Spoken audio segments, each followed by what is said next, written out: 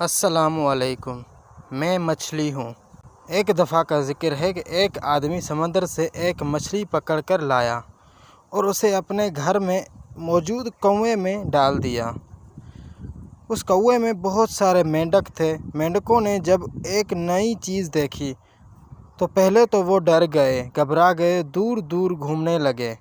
آخر ایک بڑے مینڈک نے ہمت دکھائی اور مچھلی کے تھوڑا قریب گیا اور پوچھا کہ تم کون ہو؟ میں مچھلی ہوں، مچھلی نے جواب دیا۔ مینڈک: تم کہاں سے آئے ہو؟ مچھلی: سمندر سے۔ مینڈک: وہ کیا ہوتا ہے؟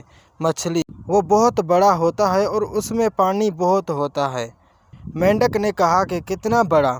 مچھلی: بہت بڑا۔ یہ سن کر مینڈک نے اپنے گرد چھوٹا سا گول چکر کاٹا اور پھر مچھلی سے پوچھا، کیا اتنا بڑا ہوتا ہے؟ مچھلی مسکرائی اور بولی، نہیں، بڑا ہوتا ہے۔ مینڈک نے تھوڑا بڑا چکر لگایا اور کہا کہ اتنا بڑا؟ مچھلی ہنس کر کہا کہ نہیں، اس سے بھی بڑا ہوتا ہے۔ مینڈک اب جوش میں آ گیا اور اس نے آدھے کنویں کا چکر لگا کر مچھلی کی طرف دیکھا، جیسے پوچھ رہا ہو کہ اب؟ مچھلی نے پھر نفے میں سر ہلایا۔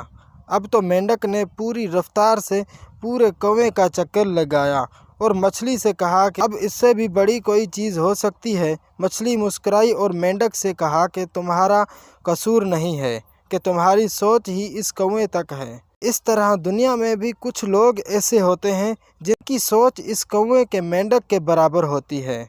ان کو لگتا ہے کہ وہی اپنے عقائد اور نظریات میں سچے اور کھرے رہتے ہیں۔ ان کی سوچ صرف دنیا تک محدود ہوتی ہے، وہ آخرت کی دنیا سے غافل ہوتے ہیں۔ مگر حقیقت تو یہ ہے کہ دنیا تو صرف عارضی چیز ہے، حقیقی دنیا تو موت کے بعد ہوتی ہے۔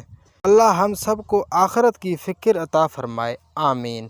تو انشاءاللہ نیکسٹ ویڈیو پہ ملاقات ہوگی، تب تک کے لیے اپنا خیال رکھیے گا۔ اللہ حافظ۔